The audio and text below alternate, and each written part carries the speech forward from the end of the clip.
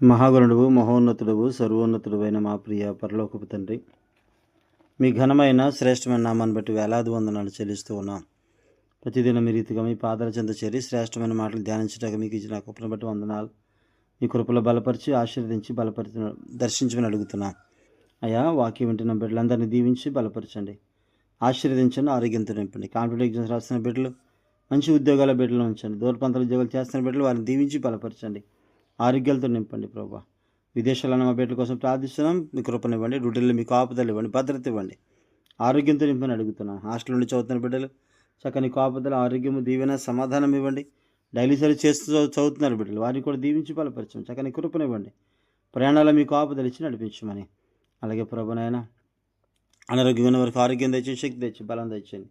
గర్భఫలం కావాల్సిన గర్భఫలాన్ని సిద్ధపరచండి. వివాహాలు కావాల్సిన వివాహాలను ఏర్పరచమని. అన్ని సంఘాల్లో ఉన్న సకల పరిశుద్ధులకు మీ కాపుదల భద్రత ఇచ్చి నడిపించమని యేసయ్య పరిశుద్ధ నామంలో అడిగి వేడి ప్రార్థిస్తున్నాం తండ్రి, ఆమేన్. అందరికీ వందనాలండి.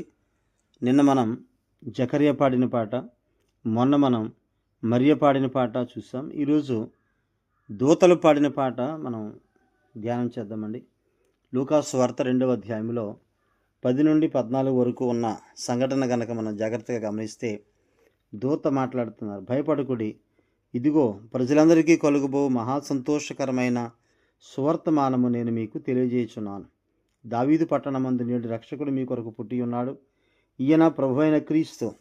దానికి ఇదే మీ కానవాలు. ఒక శిశువు పొత్తిగొడలతో చుట్టబడి ఒక తొట్టిలో పండుకొనిట మీరు చూచెదరని వారితో చెప్పాను. వెంటనే పరలోక సైన్య సమూహము ఆ దూతతో కూడా నుండి సర్వోన్నతమైన స్థలములలో దేవునికి మహిమయు, ఆయనకిష్టులైన మనుష్యులకు భూమి మీద సమాధానమును కలుగునుగాక అని దేవుని స్తోత్రము చేయుచుండెను.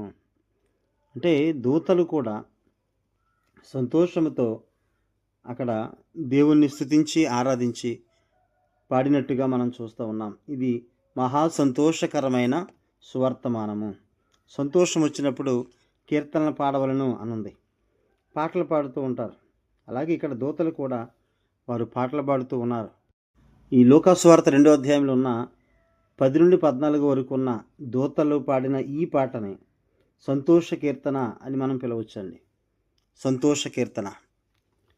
మరియ గారు పాడిన పాట అది స్తుతి కీర్తన అయితే, జకర్యా పాడిన పాట రక్షణ కీర్తన అయితే, దూతలు పాడిన పాట సంతోష కీర్తన. మహాసంతోషకరమైన సువర్తమానము, క్రీస్తుని గూర్చిన సువార్త మహా సంతోషం. యోహాను సువార్త 3:16 చూస్తే, యోహాను సువార్త 3:16 అని మనకు బాగా తెలిసిన వచనమే.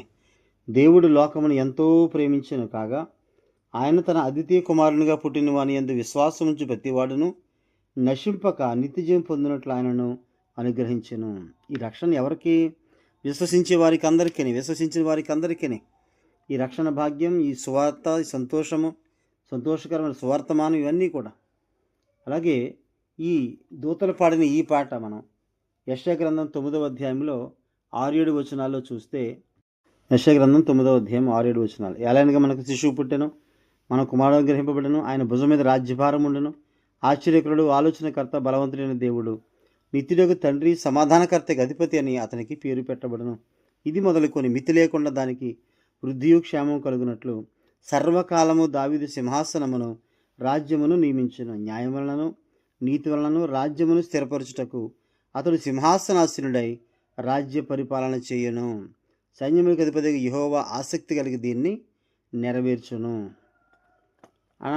దావీదు యొక్క సింహాసనము నిరంతరము స్థిరపరచబడడం అంటే, దావీదు యొక్క వంశముల నుండి వచ్చిన యేసుక్రీస్తు వారు నిరంతరము రాజ్య పరిపాలన చేస్తారనే విషయాన్ని ఇక్కడ మనం చూస్తాం. ప్రవచనం నెరవేర్పే ఇక్కడ దూతలు పాడిన పాటగా మనం చూస్తున్నాం. నిజానికి క్రీస్తు, ఈయన ప్రభు అయిన క్రీస్తు అనే మాట ఇక్కడ మనం చూస్తున్నాం కదా. ఈ క్రీస్తు అనేటువంటి మాట క్రిస్టోస్ అనేటువంటి గ్రీకు పదం నుండి వచ్చింది.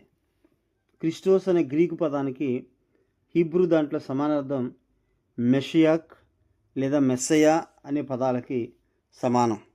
గ్రీకులో క్రిస్టోస్, తెలుగులో క్రీస్తు, హీబ్రూలో మెస్సయా లేదా మెషియాక్ అని. ఈ పదానికి అర్థం అభిషిక్తుడు అని అర్థం అండి. అభిషిక్తుడు. అలాగే ప్రభువు అనే మాట కూడా మనం చూస్తాం. ప్రభువు గ్రీకులో కురియోస్ అనేటువంటి పదం ఉపయోగించబడింది.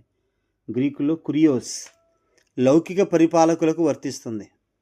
ప్రభువు అంటే సర్వలోకాన్ని పరిపాలించే ప్రభువుగా, రాజుగా ఆయన మరలా తిరిగి రాబోతున్నాడు అని. యావే అనే దేవుని హెబ్రీ నామాన్ని తరచుగా ప్రభు అని మనకి అనువదించారు. ఆదిమ హీబ్రూ ఆ బైబిల్ వాటిల్లో యావే అని ఉన్నటువంటి ఆ దేవుని పదాన్ని కొత్త మీదకి వచ్చేసరికి ప్రభువు లేదా రాజ్య పరిపాలన చేసేవాడు అనే పదం ఉపయోగించారు. అయితే లాటిన్ వల్గేట్ బైబిల్లో గ్లోరియా ఇన్ ఎక్సెల్సిస్ డియో అని, అంటే ఆయనకున్న మహిమను ఒప్పుకోవడం, అంటే దేవునికే మహిమ. ఇక మనం చూస్తున్నాం కదా, సర్వోన్నతమైన స్థలములలో దేవునికి మహిమ అని మనం చూస్తున్నాం. ఆయనకు మాత్రమే మహిమ. గ్లోరియా ఇన్ ఎక్సెల్సిస్ డియో, ఆయనకున్న మహిమను ఒప్పుకోవాలి. ఆయనకే మహిమ అని, దేవునికే మహిమ అంటే అది అర్థం అన్నమాట. కాబట్టి మనం విశ్వసిస్తే మనకు దేవుడు సమాధానం ఇస్తాడు అని. రోమపత్రిక 5:1 కాబట్టి విశ్వాస మూలమున మనం నీతిమంతులముగా తీర్చబడి మన ప్రభు అయిన యేసుక్రీస్తు ద్వారా దేవునితో సమాధానము కలిగి ఉందాము. ఇంత చక్కని మాట చూడండి. ఆయనతో సమాధానం కలిగి ఉండడానికి, దేవునితో సమాధానం కలిగి ఉంచడానికి యేసుక్రీస్తు లోకానికి వచ్చారు. అంటే యేసుక్రీస్తు వారి యందు మనం విశ్వాసం ఉంచితే నీతిమంతులంగా తీర్చబడతాం. నీతిమంతులుగా తీర్చబడిన మనము తండ్రి అయిన దేవునితో సమాధానం కలిగి ఉంటాం. ఇదే విషయాన్ని లూకాసు సువార్తలోనే 1వ అధ్యాయం 78-79 వచనాల్లో ఆ చివరి మాటలు మనం చూస్తామండి. లూకాసు సువార్తలో 1వ అధ్యాయంలో 78-79 లాస్ట్లో ఆయన అదే చెప్తాడు. మరియు ఓ శిశువా, నీవు సర్వోన్నతుని ప్రవక్త అనబడదువు.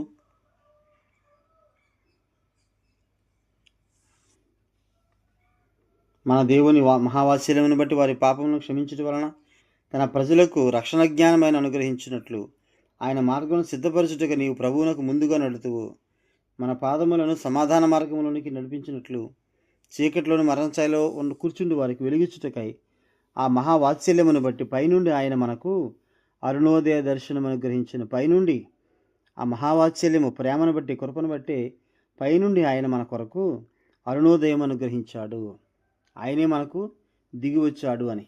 కాబట్టి దూతలు పాడినటువంటి ఈ సంతోష కీర్తనలో మనకు సమాధానము క్రీస్తు ప్రభువే, ఆయనకు మాత్రమే మహిమ, సర్వోన్నతమైన స్థలంలో ఆయనకు మహిమ, ఆయనకి ఇష్టమైన మనుషులకి, అనగా ఆయన ఇష్టపడిన మనుషులకి భూమి మీద సమాధానం కలుగునుగాక అంటున్నాడు. ఇది సంతోష కీర్తన. దీని ద్వారా మనకు కలిగేటువంటి రక్షణని మనం సార్వత్రిక రక్షణ అని పిలవచ్చు. యూనివర్సల్ సాల్వేషన్, సార్వత్రిక రక్షణ.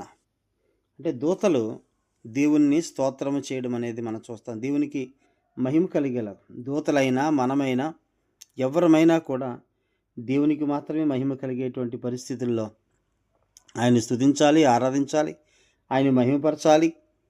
మనం నోటి ద్వారా, మన పాటల ద్వారా, వాయిద్యాల ద్వారా మాత్రమే కాదు, మన జీవితం ద్వారా కూడా దేవుని మహిమపరచగలగాలి.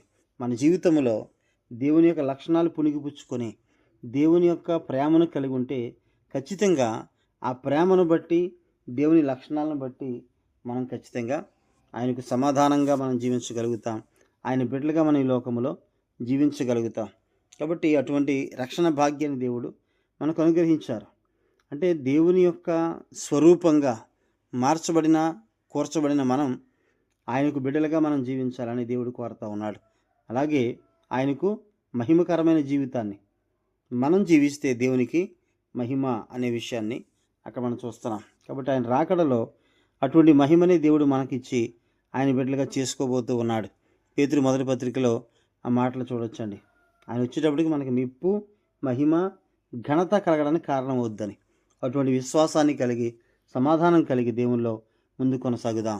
దేవుడు తన మాటలు దీవించును గాక. ఆమేన్. అందరికీ వందనాలండి.